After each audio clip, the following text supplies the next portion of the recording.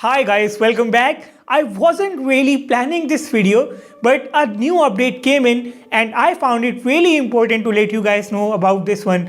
So a real life image of the Samsung Galaxy A52 has surfaced on a Twitter handle with a very weird name. It's really hard to pronounce this name. So I will just mention this source here and you guys can check this out if you want. Anyways, the image shows us a Samsung Galaxy A52 probably in the black color. The back side is shown in the image and I'll just let you guys know what I think about this phone. So looking at the image shows us that this phone is coming out with a matte finish.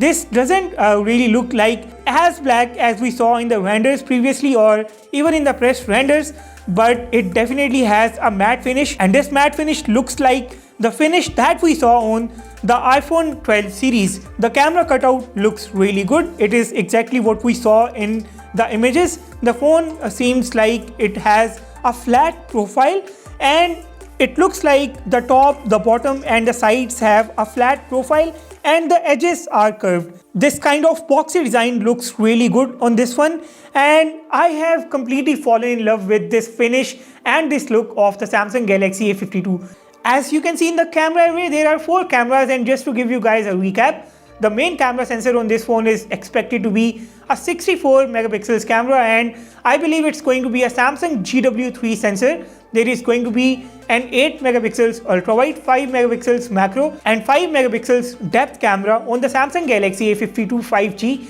and the Samsung Galaxy A52 non-5G variant.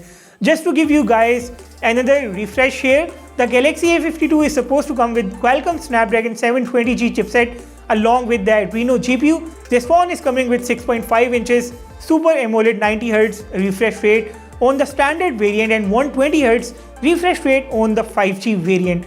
Other specifications include a 4500 mAh battery in this phone along with a 25 watt superfast charger. According to some tweets, a charger is not expected in the box, so we might have to buy the charger separately.